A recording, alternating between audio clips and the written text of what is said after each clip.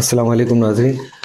ये question and answer का session है कि क्वेश्चन भी हम करेंगे, आंसर भी हम देंगे। जो लोगों के ज़हन में आते हैं वो मैं कोशिश करूँगा कि उनको कवर कर सकूँ। वैसे तो हमारी चैनल खुला है, आप फेसबुक पर आप हमें पूछेंगे तो हम उसका जवाब दे देंगे। ज़्यादा अभी हमने नया जो ट्रीटमेंट ब्लॉक का शुरू किया है कि जो पेन होते हैं ना, सीवियर पेन, चेस्ट में हो, लंग्स में हो, किडनी इंट्रा एब्डोमिनल हो, पैरों का पेन हो, हाथों का पेन हो, शोल्डर का पेन हो, या हेडेक्स हो, मिग्रेन है, और उसके अलावा साइनोसाइटिस है, क्रॉनिक हेडेक होता है साइनोसाइटिस में, इसका पेन है। और ड्राई आई है, ड्राई आई का भी ट्रीटमेंट हम करते हैं, जो कि मुस्तकिल आई ड्रॉप्स इस्तेमाल कर रहे होते हैं टेयर के। तो ये सब चीज़ें हम कर रहे हैं। तो इसमें कॉमन सा सवाल ये होता है कि ब्लॉक का जो है ना कितना इफेक्ट होता है, कितनी देर तक वो ब्लॉक रहता है। देखिए, ब्लॉक इसलिए लगाया जाता है कि एक कंटिन्यूस साइकिल उनका चल रहा होता है पेन का। बहुत सीवियर पेन में होते हैं या मॉडरेट टू सीवियर में होते हैं, और वो एक पेन की सूरत हाल से निकल ही नहीं पाते। तो उस हम जो साइकिल को है ना तोड़ देते हैं कि वो पेन से एकदम बाहर आ जाते हैं, निकल जाते हैं। और ये ब्लॉक 3 से 4 दिन, 10 दिन, 15 दिन, एक एक महीना जो है ना इफेक्टिव है। जब एक बंदा ब्लॉक अपने पेन से सीवियर से निकल गया बाहर, हमने साइकिल तोड़ दिया उसका, फिर वो पेशेंट का काम है कि अपना फिजियो शुरू करे, हल्की फुल्की मेडिसिन ले ले, और वो अपने एक रूटीन लाइफ में आ जाए। तो फिर वो एक बेयरेबल हो जाता है उसके लिए आगे जाकर। तो हम उस साइकिल को ब्रेक कर देते हैं।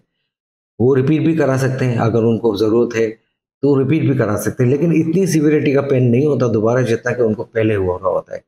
तो ये रिपीट भी किया जा सकता है साइकिल। तो इसमें पहला तो क्वेश्चन ये है कि कितने देर तक इसका इफेक्ट रहता है।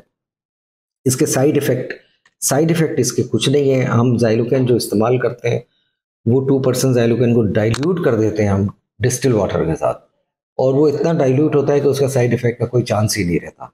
और वो इफेक्ट भी उसका लॉन्ग ड्यूरेशन का रहता है। तो इसका साइड इफेक्ट कोई नहीं है, इसकी फिक्र ना करें हम। और इसके अलावा जो एक और क्वेश्चन होता है कि इस पेन को ख़त्म करके फिर कोई और चीज़ ऐसी तो डेवलप नहीं हो जाती जो कि उनकी डेली लाइफ में करे। देखें, इस पेन को तो हम ख़त्म करते हैं। जैसे इंट्रा एब्डोमिनल पेन है, किसी को अपेंडिसाइटिस का पेन हो रहा है, पेन तो खत्म हो जाएगा, लेकिन अपेंडिसाइटिस अपनी जगह पे, उसको ट्रीट करना है, उसकी सर्जरी करानी है, या उसको मेडिसिन से कवर करना है। इसी तरह अगर कोई और पेन है, जैसे एक्यूट एब्डोमिनल कोलिसिस्टाइटिस का है, पित्ते का पेन है, पथरियों की वजह से इन्फ्लेमेशन हो गई है, इन्फेक्शन है, पेन हम कवर कर देंगे, लेकिन पित्ते का इलाज तो उन्होंने अपना कराना ही कराना है, कि उसको निकलवाना है या मेडिसिन लेनी है या वॉट। तो इस तरह इंट्रा एब्डोमिनल जितने पेन होते हैं ना, उसको हम कवर तो कर देते हैं, लेकिन जो मेडिकल या सर्जिकल ट्रीटमेंट है वो ज़रूर कराएं अपना। इसी तरह रीनल कॉलिक होता है, जो पथरी होती है कुत्ते में और पित्त की नाली में, कितना सीवियर पेन होता है, मच्छी की तरह बंदा तड़प रहा होता है। हमारा काम है कि उसका पेन रिलीफ करा दें, वो हम रिलीफ करा देंगे, लेकिन उसका जो सर्जिकल ऑप्शन, मेडिकल ऑप्शन है, उनको वो कराना ही कराना है। ठीक है। इसी तरह जो एब्डोमेन के और कई किस्म के पेन होते हैं, हाँ, कॉन्स्टिपेशन है, डायरिया है, ये भी रिजॉल्व कर देते हैं हम एक ही ब्लॉक के साथ। इसी तरह जो बच्चे होते हैं उनको रिपीटेड एब्डोमिनल पेन होता है अननोन कॉज की वजह से, वो भी ख़त्म हो जाते हैं, ट्रीट हो जाते हैं अल्हम्दुलिल्लाह। तो ये है एब्डोमिनल जितनी पेन की सूरत हाल है वो हम कवर कर लेते हैं। इसी तरह जब ब्लॉक चेस्ट के हम जो लगाते हैं, उसमें जो एस्थमा है, रिपीटेड एस्थमा होता है, स्टेटस एस्थमेटिकस, सीवियर एस्थमा के अटैक होते हैं, ये ब्लॉक से कवर हो जाते हैं अल्हम्दुलिल्लाह। वायरल इन्फेक्शन है चेस्ट के। इसी तरह जो चेस्ट जो है ना, एक खास डिजीज होती है एंकाइलोजिंग स्पॉन्डिलाइटिस की वजह से पूरा चेस्ट एक्सपेंड नहीं करता है रेस्पिरेशन में, तो वो स्टिफ हो जाती है बोन। ये भी ब्लॉक उसके लिए बहुत अच्छे हैं, तो वो पेशेंट का रिलीफ मिल जाता है इन ब्लॉक्स की वजह से।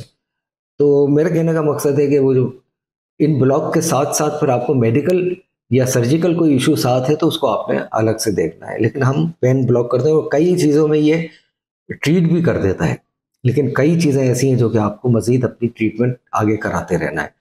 तो ऐसा नहीं है कि हमने एक ब्लॉक लगाया तो सब कुछ ठीक हो गया। ब्लॉक लगाने के बाद पेन सही होगा, पेन के बाद जो उसकी मज़ीद आगे ट्रीटमेंट सर्जन या फिजिशियन से करानी है वो चलेगी। तो ये कुछ क्वेश्चन थे, मैंने कहा मैं आपको बता दूं ब्लॉग के मुतालिक, ताकि आप कोई ऐसी गलतफहमी में ना रहें। कि ये बस लगा लिया, ख़त्म हो गया, अभी हम कुछ नहीं करना, ऐसा नहीं है। कुछ ब्लॉग्स ऐसे हैं जिनको कि आपको आगे जाकर किसी और से भी ट्रीट कराना है मज़ीद।